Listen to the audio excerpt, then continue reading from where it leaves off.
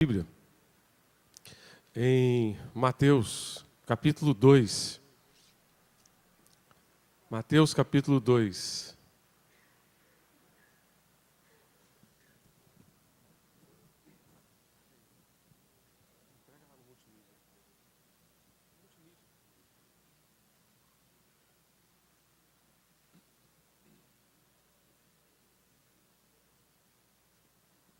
Obrigado, Thiago.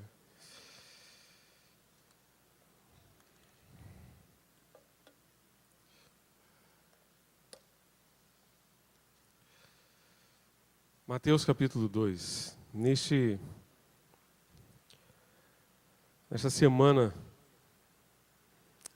do Natal, nós queremos compartilhar com os irmãos um texto que nos reporta a esse tempo em que celebramos o nascimento de Jesus. Temos vários textos em Mateus, temos vários textos em Marcos, e nós gostaríamos muito que você estivesse atento, portanto, à palavra de Deus, e aquilo que a palavra do Senhor realmente pode nos esclarecer sobre o nascimento de Jesus. Tá? E se você não está fazendo um programa de leitura bíblica, uma sequência de leitura bíblica, eu sugiro que você leia especialmente Mateus 1, 2 e Lucas 1, 2. Certamente você vai ser elucidado sobre os acontecimentos relacionados ao nascimento de Jesus, terá a oportunidade de compartilhar com as pessoas do seu relacionamento o sentido, de fato, do Natal, do nascimento de Jesus. Ok? Então, estamos juntos? Mateus 2, de 1 em diante, diz assim, que depois de Jesus ter nascido em Belém da Judéia, no tempo do rei Herodes, vieram alguns magos do Oriente a Jerusalém, perguntando: onde está o rei dos judeus recém-nascido? Vimos sua estrela no Oriente e viemos adorá-lo. Ao saber disso, o rei Herodes perturbou-se com ele toda Jerusalém. Depois de convocar todos os principais sacerdotes e os mestres do povo, perguntou-lhes onde haveria ou deveria nascer o Cristo. E eles responderam: em Belém da Judéia, pois assim está escrito pelo profeta: e tu, Belém, terra de Judá, de modo nenhum és a menor entre as principais cidades de Judá, porque de ti sairá o guia que conduzirá o meu povo Israel. Então Herodes chamou secretamente os magos e procurou saber deles com precisão quando a estrela havia aparecido. E enviando-os a Belém, disse-lhes: ide e perguntai cuidadosamente sobre o menino. Quando o achardes, avisai-me para que eu também vá adorá-lo. E depois de ouvirem o rei, partiram, e a estrela que tinham visto no Oriente foi adiante deles, até que parou sobre o lugar onde o menino estava. Ao verem a estrela, os magos ficaram extremamente alegres, e quando entraram na casa, viram o menino com Maria, sua mãe, e prostrando-se o adoraram. E depois, abrindo seus tesouros, ofereceram-lhe presentes: ouro, incenso e mirra. Sendo avisados em sonho para não voltar a Herodes, regressaram por sua terra por um outro caminho. Amém? Meus amados, essa história nos ensina muitas lições. Muitas lições. E eu gostaria de pensar com vocês, de refletir com vocês nesta manhã, basicamente sobre esta pergunta: que daremos ao rei? Que daremos ao rei? O que é que o rei espera receber de mim e de você? Aqueles magos saíram do Oriente e foram até Belém, encontraram o menino e lhe ofereceram algumas coisas, como vamos ver mais adiante. E o que é que eu e você devemos oferecer ao menino hoje? O que é que eu e você devemos oferecer a Jesus hoje? Este Cristo que deixou o seu trono de glória, deixou a sua majestade, deixou o seu trono, se fez homem, se fez carne como eu e você. Tudo isso por amor a mim e a você. Ele deixou a sua majestade para sujeitar-se a esta realidade de vida que eu e você temos aqui no nosso dia a dia. Tornou-se uma pessoa experimentada no sofrimento, como diz exatamente Isaías 53. Foi desprezado, foi maltratado, passou por uma série de situações que apenas ilustram aquilo que nós passamos também no nosso dia a dia. O salmista nos diz no Salmo 116, que darei eu ao Senhor por todos os benefícios que me tem feito, por tudo aquilo que Ele tem feito por mim, por você, o que daremos a Ele? Que atitude devemos dar a Ele? O que é que devemos fazer para demonstrar a nossa gratidão? Primeiro presente que nós devemos dar a Jesus é o presente da atitude. Eu e você precisamos ter uma atitude. E o Senhor espera receber de mim, de você, atitude. O verso 2, você está comigo aí no texto? O verso 2 diz que eles viram a sua estrela no Oriente, vimos a sua estrela no Oriente e viemos adorá-lo. Eles viram a estrela no Oriente e foram adorar o menino. Simplesmente isso. Eles viram a sua estrela no Oriente e foram adorá-lo. Eles não ficaram apenas contemplando a estrela. Que estrela bonita. Que coisa linda. Aquela ali, né? Bonita, né? Não sei se foi igual àquela ali. Pode ter sido igual àquela, pode ter sido mais bonita ainda do que aquela. Mas eles poderiam ter ficado lá no Oriente, simplesmente contemplando aquela estrela. Eles poderiam também ter dito, quem sabe um dia a gente vai atrás dessa estrela. Meus irmãos, o que vai fazer diferença de fato na minha vida, na sua vida, são as atitudes que nós tomamos. São as decisões que nós tomamos, as atitudes que nós tomamos. Muitas vezes nós vivemos um evangelho meramente contemplativo. Jesus é tão bom, é tão maravilhoso, é tão lindo. O evangelho é tão lindo, é tão isso, tão aquilo, e a gente fica só nisso. E a gente fica dizendo, eu vou fazer isso, eu vou fazer aquilo, e a vida está passando e a gente não fez nada. E os dias passam e nós não fizemos nada do que dissemos que íamos fazer e que deveríamos fazer. O ano acabou, né? Já acabou o ano. Temos apenas 2 semanas aqui para frente. O ano acabou e você conseguiu fazer algumas coisas que você disse que ia fazer este ano?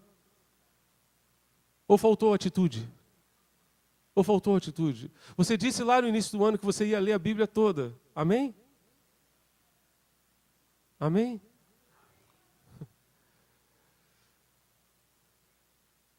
O novo filme da franquia de Star Wars, Os Últimos Jedi, tem uma cena muito interessante.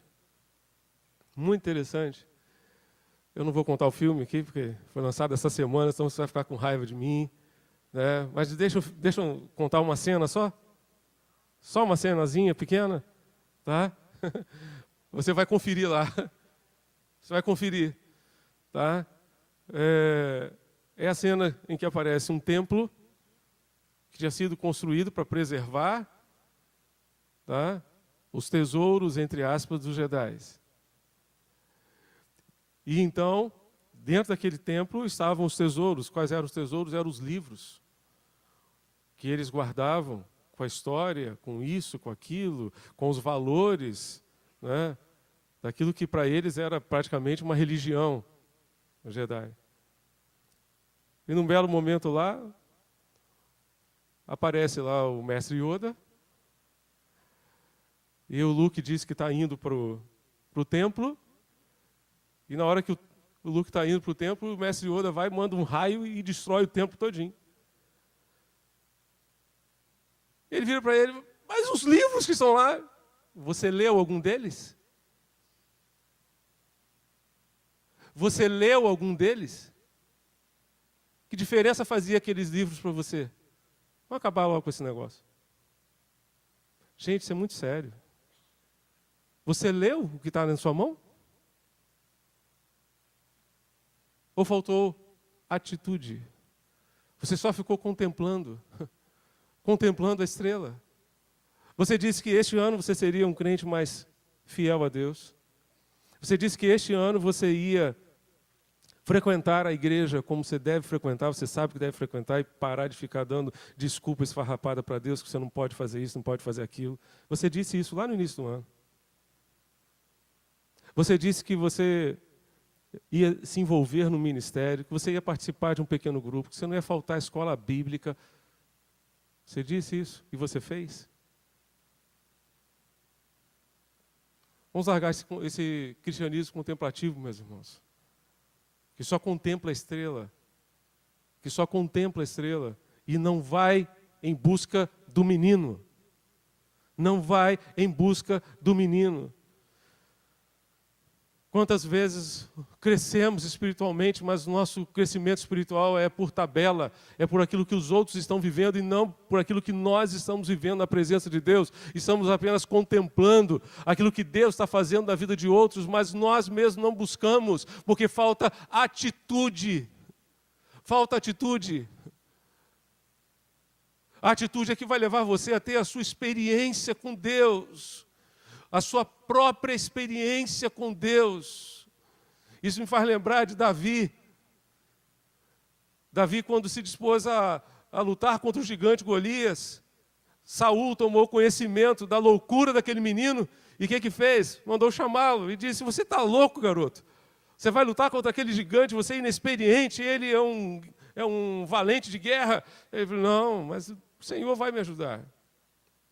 Então vamos fazer o seguinte: pegue a minha armadura. Pegue a minha armadura. E Davi, então, pegou a armadura de Saul. E diz a Bíblia que ele não conseguia andar. Sabe por quê? Porque a armadura emprestada não serve. A armadura emprestada não serve. Você tem que ter a sua. E a sua armadura é construída pela sua experiência com Deus. E a sua experiência com Deus virá quando você tiver uma atitude. Quando você tiver a atitude de levantar mais cedo para orar. Quando você tiver a atitude de abrir a sua Bíblia e ler a palavra de Deus. E meditar na palavra de Deus. Você terá uma experiência profunda com Deus quando você colocar isso em primeiro lugar na sua vida. Quando isso for prioridade de fato na sua vida, a armadura emprestada não serve. A experiência do seu irmão é uma bênção para o seu irmão, mas você precisa ter as suas próprias experiências com Deus. Para você poder dizer que o Deus de Abraão, Isaac e Jacó é o seu Deus. É o Deus que eu tenho visto, que você tem visto, que você tem experimentado. Essa semana eu terminei de ler o livro de Jó. E Jó, lá no capítulo 42, ele vai dizer o quê? Com os meus ouvidos eu ouvia falar de ti, agora os meus olhos te veem. Agora eu experimentei de fato o Senhor. Agora eu tive uma experiência profunda com o Senhor. Antes eu te conhecia de ouvir falar. Mas agora, de contigo andar, como diz a canção. O que vai fazer diferença na minha vida, na sua vida, são as atitudes que nós estivermos dispostos a tomar. Deus não quer que você viva nesse novo tempo, que será o ano de 2018, um evangelho meramente contemplativo. Meramente contemplativo. Você precisa buscar mais a Deus. Você precisa buscar uma comunhão maior com o Senhor. Você precisa ter a atitude de deixar Deus tratar o seu coração e arrancar aí de dentro do seu coração tudo aquilo que impede a sua comunhão com Deus, sua comunhão com seus irmãos. A atitude de resolver os seus problemas interiores, de tirar o lixo que está aí dentro. A atitude. Eu e você somos responsáveis, somos as únicas pessoas responsáveis de tratar o nosso coração, de deixar Deus tratar o nosso coração. Somente nós somos responsáveis, ninguém mais é responsável. Tome a atitude. Em nome de Jesus, saia do seu comodismo, saia da sua estagnação e vá em busca de novas conquistas diante do Senhor. De acordo com alguns estudiosos, os magos saíram do seu país e viajaram muito tempo até chegarem a Jerusalém e de Jerusalém até Belém. Observe que, se você for a Lucas, você vai encontrar no capítulo 2 de Lucas, os pastores, lembra dos pastores? Que apacentavam seus rebanhos. Eles viram um coral de anjos, né? Viram um coral de anjos cantando e tal. E o anjo apareceu a eles dizendo que na cidade de Davi havia nascido o Salvador, que é Cristo o Senhor. Então eles foram correndo e encontraram o menino ainda na estrebaria.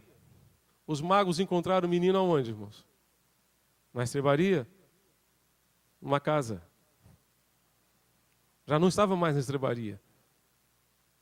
Por isso que quando você vê aquelas cenas que às vezes as pessoas criam, né? E que misturam os pastores com os magos, está totalmente errada. Porque os magos chegaram muito depois. Muito tempo depois. Não chegaram junto com os pastores. Eles certamente gastaram um tempo. Gastaram um tempo até chegar ao lugar onde encontraram um menino. Meus irmãos, eles tiveram que se esforçar muito para alcançar aquele objetivo. E Deus espera que nós façamos aquilo que for necessário para alcançar o nosso objetivo, de conhecer mais intimamente o menino, de ter um relacionamento mais profundo com o menino. Elias Souza diz que o desejo de ter um encontro com Jesus levou aqueles magos a superar várias barreiras. O tempo gasto numa viagem, as condições precárias em que elas eram feitas, os perigos a que se expunham, não foram impedimentos para eles.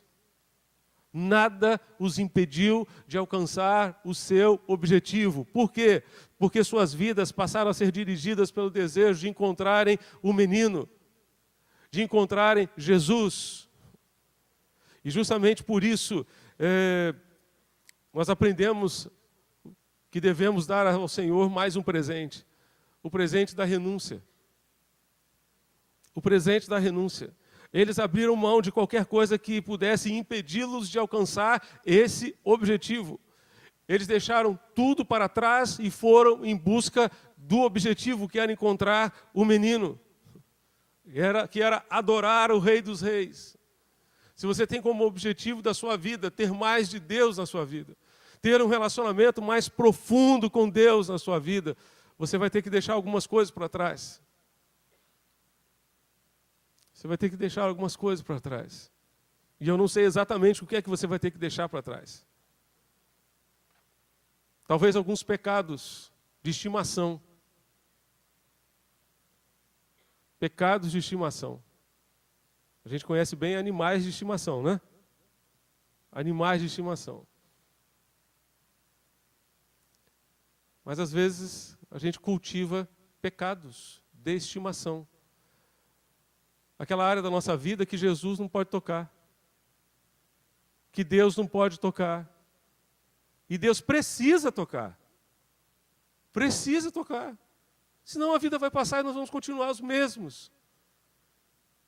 Enquanto a gente não deixar Jesus tocar ali. Paulo disse aos Filipenses que aquilo que para ele era lucro, ele passou a considerar como um esterco, como lixo.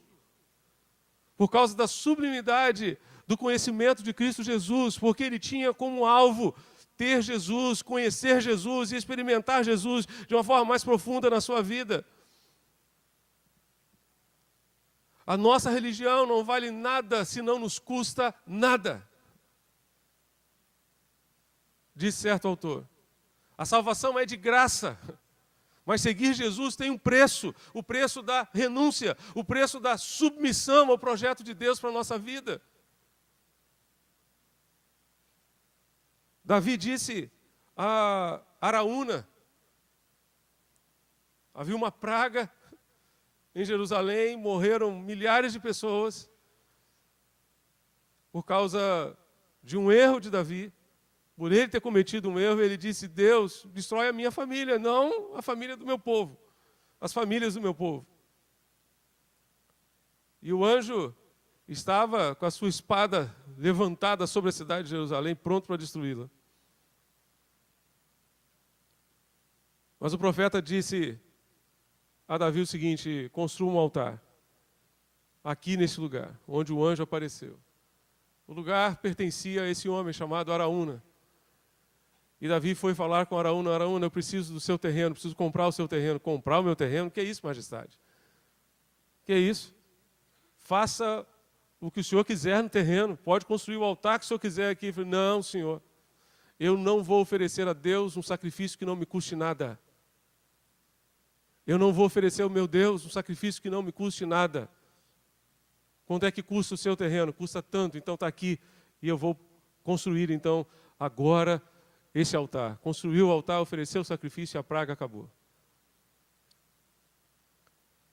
A vida cristã exige o preço, que não é um preço financeiro. Você não precisa desembolsar nada, tirar nada do seu bolso.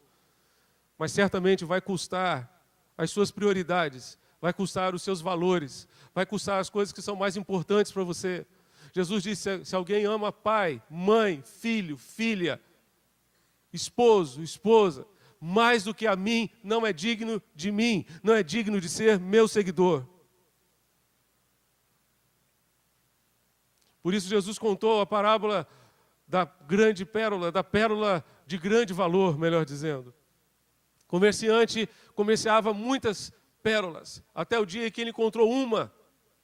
E o que ele fez? Uma que era extremamente preciosa. O que ele fez? Ele vendeu todas as outras e ficou com apenas aquela pérola. Aquela pérola.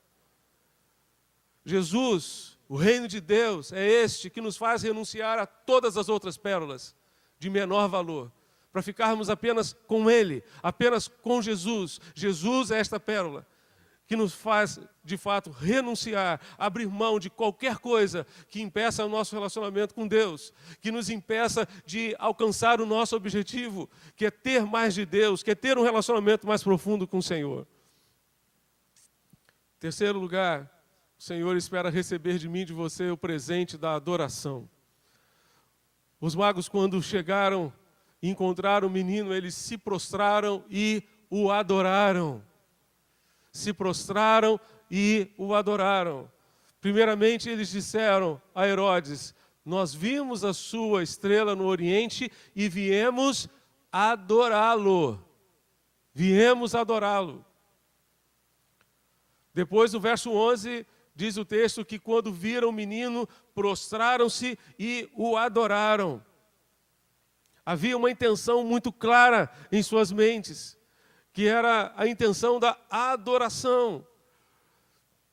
E a adoração que Deus espera receber de mim, de você, é uma adoração sincera. Porque Deus, ao contrário de nós, não vê apenas a nossa aparência, mas vê o coração. Deus é espírito, disse Jesus, e importa que os seus adoradores o adorem em espírito e em verdade, porque são estes que o Pai está procurando. O Pai está à procura de verdadeiros adoradores, que o adorem em espírito e em verdade. Que o adorem em espírito e em verdade. Como é triste a gente ver a diferença entre o falso e o verdadeiro, não é verdade? Você já teve a experiência de comprar alguma coisa falsa? Já teve a experiência de comprar alguma coisa falsa? A indústria da falsificação é uma das indústrias que mais crescem no mundo. Que mais crescem no mundo. Não sei se eu contei para vocês, mas ano passado, quando a gente estava equipando a nossa congregação lá no Parque Olímpico, precisávamos comprar microfones e achamos um microfone muito bom, muito interessante. Entramos no site de uma loja que antigamente era uma loja física, agora é só uma loja virtual, mas uma loja centenária no Rio de Janeiro, na área de instrumentos musicais.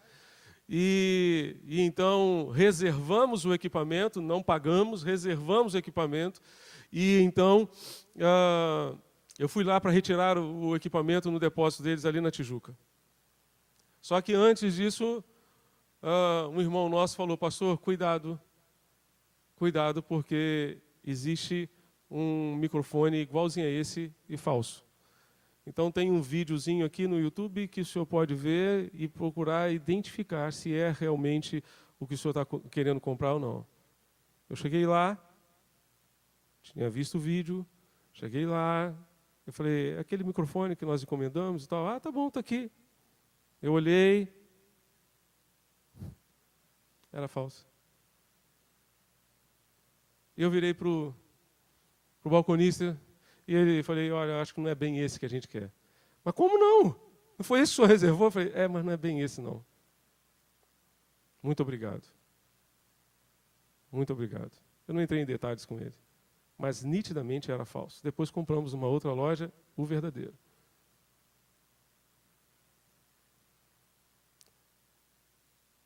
Esses dias agora eu estava no BRT. Chegou um camelô. Muito engraçado os camelôs, né? Muito engraçado. Fone de ouvido da JBL, R$15. Fone de ouvido da Samsung por R$10. E tudo com emblema e tal, das empresas e tal, não sei o quê. Gente, tudo falso. Só pode ser. Fone verdadeiro não dá esse preço, a menos que seja caminhão arrombado, né? A menos que seja caminhão arrombado de Pavuna, né? Ali na Pavuna, ali na Dutra, né? Não é possível. Não é possível vai vender um fone por R$15. Não existe isso. Deus está à procura. Você não está à procura de equipamentos legítimos? Não está à procura de equipamentos legítimos? Quando você quer comprar um equipamento para você, para sua casa, você não quer um equipamento legítimo, verdadeiro? Não quer? Pois é, Deus está à procura também de adoradores legítimos, verdadeiros, não falsos. Na época de Jesus, só na época de Jesus é que havia isso. Porque Jesus disse: este povo honra-me com os lábios, mas o seu coração está longe de mim. Em vão me adoram. Perdem o tempo deles me adorando. Perdem o tempo deles me adorando. O Senhor está à procura de verdadeiros adoradores, não de falsos adoradores. De gente com o coração íntegro na presença dEle. De gente que se derrama diante do Senhor com honestidade, com sinceridade, na presença do Senhor. Na presença do Senhor. Outro presente que Deus quer receber de mim e de você é a dedicação. Dedicação. Eles ofertaram, eles se prostraram e ofertaram. Se prostraram e abriram, sabe o quê? Os seus tesouros. Seus tesouros. Como é que os caras fizeram uma viagem dessa, longa pra caramba, levando o tesouro com eles? Mas levaram. E abriram seus tesouros. E ofereceram ouro, incenso e mirra. Mirra era um perfume. Um perfume. Muito caro naquela época. Ofereceram ao povo, ofereceram ao Rei dos Reis, ouro, incenso e mirra. O que é que nós vamos oferecer ao Rei? O que é que vamos dar ao Rei? Meu amado, Ele nos quer por inteiro. Ele quer a mim e a você por inteiro. Ele quer a inteireza da nossa vida, não pela metade, não algumas partes de nós. Ele quer os nossos projetos de vida. Tudo aquilo que você planejou para 2018, Ele quer que você coloque no altar dEle. Ele quer que você coloque nas mãos dEle. Ele quer a sua agenda. A sua agenda, inclusive a sua agenda de janeiro, que você já planejou um monte de coisa para janeiro. Né? Planejou até faltar à igreja, viajar para isso, para aquilo e tal, vai deixar seu pastor aqui sozinho. Tá? Ele quer essa agenda aí de janeiro também. Ele quer essa agenda aí de janeiro. Ele quer a sua capacitação. A sua capacitação, aquilo que você, o conhecimento que você recebeu. Ele quer a dedicação dos nossos bens para o serviço e manutenção da sua obra. Ele quer a capacidade que você tem, a inteligência, a sabedoria que você tem. Olha só o que Jó diz. Quem foi que deu sabedoria ao coração e entendimento à mente? Você se acha um cara muito inteligente, muito capaz? Quem foi que lhe deu isso? Quem foi que lhe deu isso? Ele. Foi ele. Foi ele. Alguns têm inteligência para uma coisa. Não existe pessoa burra. Se você já ouviu isso, eu lamento muito por você. Mas não existe pessoa burra. Toda pessoa é inteligente para alguma coisa. Toda pessoa é inteligente para alguma coisa. Estava na sexta série, tentando ajudar o meu amigo, José Luiz, a fazer algumas contas de matemática. E eu ficava impressionado como não entrava na cabeça dele aquelas contas. Zé, menos com menos é menos. Menos com mais é menos. Mais com mais é mais. Deu para entender? Entendi. Então faz a conta agora. Não fazia. Ficou reprovado.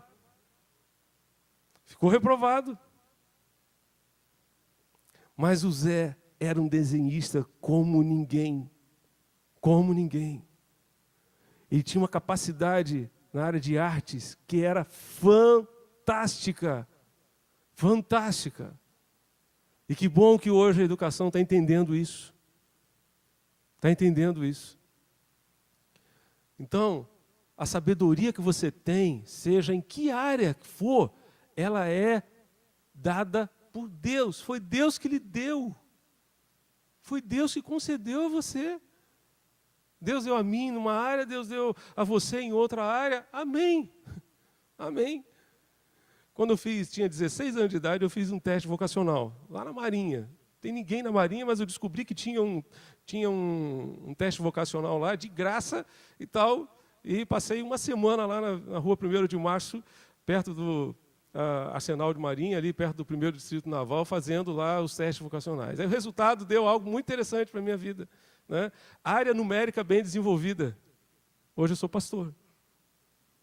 A área numérica só serviu para contar as ovelhas, né, irmãos? Só serviu para contar as ovelhas. Mas serviu para muitas outras coisas, eu tenho certeza disso. Serviu, inclusive, no ministério, como já me ajudou. Como já me ajudou. Mas como a gente precisa de gente nas outras áreas, que eu não tenho. Como a gente precisa, porque ninguém é completo.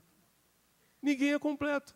E como a gente precisa da capacidade que Deus vai dando a um, da outro e tal, e a gente vai se juntando, por isso que juntos nós somos muito mais fortes. Porque juntos nós somos muito melhores. E juntos nós poderemos impactar muito mais esta nação. Muito mais essas pessoas que estão ao nosso redor. Pode estar certo disso. Olha o que o Senhor também nos disse. Quem primeiro me deu alguma coisa que eu lhe deveria pagar, tudo que há debaixo do céu me pertence. Nós nunca demos alguma coisa a Deus que nós não tenhamos recebido dele. Deu para você entender? A única coisa que eu e você podemos fazer é devolver a Deus alguma coisa. Que Ele já nos deu. A sua sabedoria, a sua capacidade, seja lá o que for, você vai só devolver a Deus. Senhor, obrigado, porque isso tu me deste. E agora eu estou devolvendo aqui uma parte para o Senhor. Uma parte para ti. Nós precisamos reconhecer que tudo o que temos é do Senhor e deve ser devolvido ao Senhor. A pergunta que eu quero deixar para você é: que presente daremos ao aniversariante? Que presente daremos ao aniversariante? Será que este ano nós conseguimos dar como presente ao aniversariante pelo menos o dízimo? Pelo menos o dízimo. Meus irmãos, O dízimo é a expressão da nossa gratidão a Deus. Quando a gente devolve o nosso dízimo, a gente diz, obrigado, Jesus. Muito obrigado. Muito obrigado.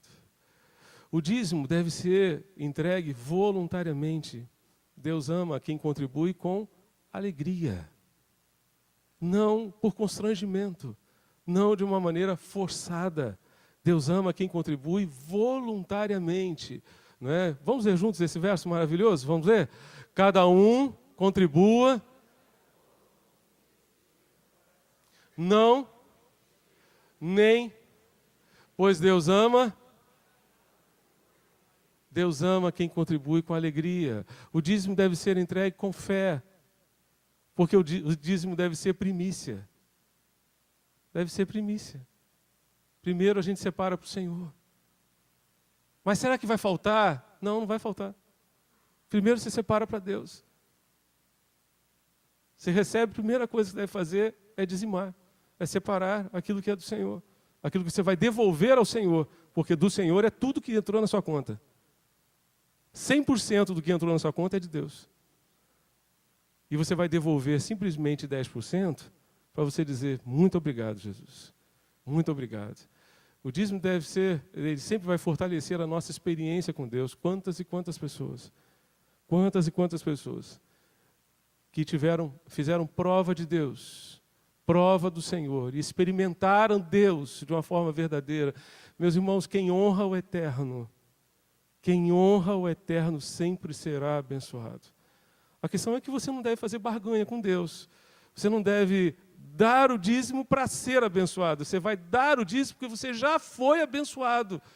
E você crê que Deus vai prover, vai suprir todas as suas necessidades. Todas as suas necessidades.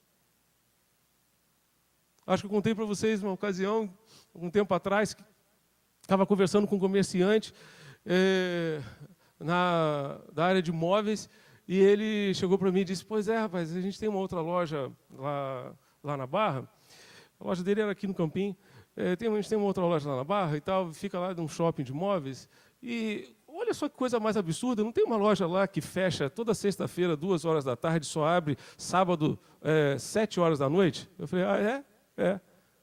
Esses caras estão loucos. Eu falei, não estão loucos. Sabe por que não são loucos? Porque com certeza são os caras mais ricos do shopping. Porque o que eles estão fazendo em honra ao Eterno. E se você faz alguma coisa em honra ao Eterno, volta para você, meu irmão, inúmeras vezes maior. O que você e eu precisamos ter é fé de que a gente pode honrar o Eterno, abrindo mão de coisas que são importantes para a gente. Todo sacrifício, o cordeirinho que o israelita levava para o sacerdote tinha que ser perfeito, tinha que ser o melhor do rebanho. Então ele abria mão daquele cordeiro. Aquele cordeiro que seria, olha, né, aquela carne de cordeiro. Ele abria mão daquilo ali e dava para o Senhor. O que você faz, o que eu faço, o que nós fazemos em honra ao Eterno, volta para a gente. É um efeito bumerangue. Volta para a gente. Muito maior. Muito maior. Muito maior. Não faça barganha com Deus. Não dê a Deus para ser abençoado. Dê porque você já foi abençoado. Já foi abençoado. E você quer expressar a sua gratidão a Deus, dizendo, muito obrigado, Senhor. Muito obrigado. Deus conhece a sinceridade, Deus conhece o desejo do nosso coração, e por isso Ele examina aquilo que está dentro da gente, se nós estamos dando realmente com o nosso coração ou não. Por isso que no dízimo não importa a quantia, não é? O dízimo de R$100 é R$10. O dízimo de R$1.000 é R$100. O dízimo de R$10.000 é R$1.000. Não importa a quantia. O que importa é o desejo do seu coração, é a sinceridade do seu coração. Deus está olhando muito mais para o seu coração do que para a sua oferta.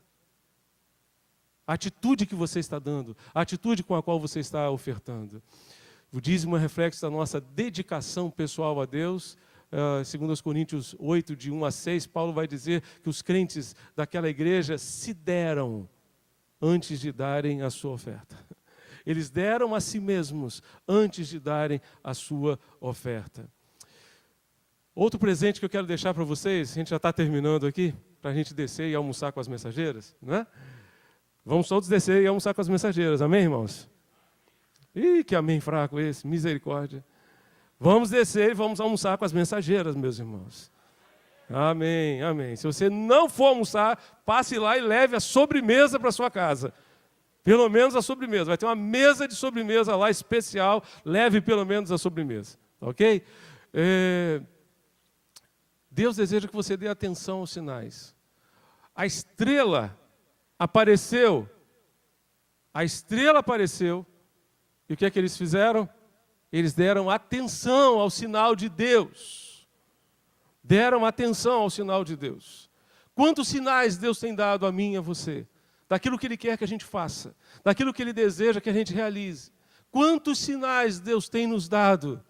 E quantas vezes a gente fica com aquela cara de paisagem, vendo a nossa vida passar. Dê atenção aos sinais. Dê atenção àquilo que Deus tem falado para você. Dê atenção àquilo que Deus tem dito ao seu coração. Em nome de Jesus, preste atenção aos sinais de Deus. O que é que Deus tem sinalizado para você? Ele tem sinalizado a necessidade de aprofundar o seu relacionamento com Ele. Ele tem sinalizado a necessidade de rever os seus relacionamentos. Ele tem sinalizado para você a necessidade de liberar o perdão ou de pedir perdão a alguém. Ele tem sinalizado para você a necessidade de investir mais na sua família, no tempo que você dedica à sua família, no tempo que você dedica aos seus filhos, ao seu casamento. Ele tem sinalizado que você deve se envolver com aquilo que Deus está fazendo, com aquilo que Ele está fazendo. Ele tem sinalizado isso para você. Ele merece a sua atenção. Aquela estrela foi um sinal de Deus para aqueles magos. E Deus tem levantado muitos sinais para mim, para você, mostrando-nos a direção, mostrando-nos o caminho, mostrando-nos para onde a gente deve ir. Amém? E por último, o último presente que você deve oferecer a Deus é referência. O que é isso, pastor? Aquela estrela não foi uma referência para os magos? Pois é. Aquela estrela não foi uma referência para levar os magos até Jesus? Foi. Deus quer fazer de mim, de você, uma referência para levar pessoas a Jesus. Hoje, aquela estrela lá, somos nós. Hoje, eu e você, é que somos a estrela que vai guiar as pessoas até Jesus. Vai guiar as pessoas até Jesus. Hoje Deus quer usar você lá na sua escola, lá no seu trabalho, lá na sua vizinhança, lá no seu pequeno grupo, onde você estiver, para ser uma referência do que é vida com Deus, uma referência do que é ter um relacionamento com Deus, uma referência de prioridade de Deus na nossa vida. Deus quer usar você como uma referência do seu amor para este mundo, uma referência da sua graça para este mundo. Deus quer usar a sua vida dessa forma. Eu queria só encerrar dizendo a você que depois de ter encontrado o menino, os magos receberam uma revelação de Deus de que não deveriam voltar a Herodes, antes deveriam voltar para a sua terra por um outro caminho. A minha oração é que você volte para a sua casa hoje, entre aspas, por um outro caminho. Que o seu caminho de volta seja um caminho diferente. Porque depois que a gente se encontra com Jesus, tudo é diferente. Depois que os magos se encontraram com Jesus, tudo ficou diferente. Suas vidas foram impactadas, suas vidas foram transformadas. Aqueles magos jamais foram as mesmas pessoas depois que acharam o menino, depois que encontraram o menino. Jamais foram as mesmas pessoas. E eles voltaram por um caminho diferente.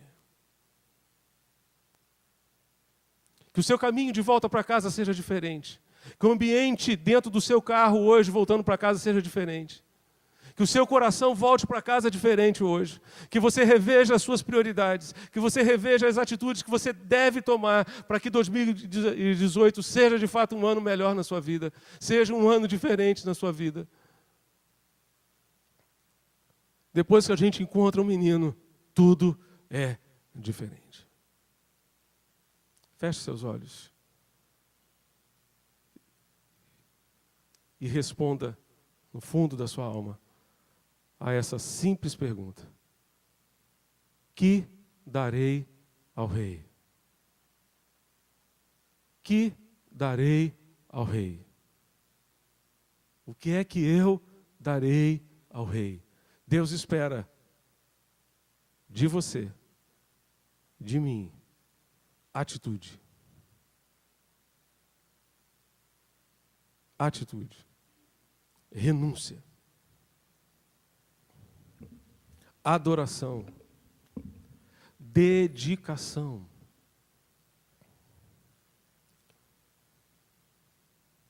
Atenção aos sinais. E Ele espera que você e eu sejamos uma referência para este mundo que precisa tanto, tanto da graça de Deus. Em nome de Jesus.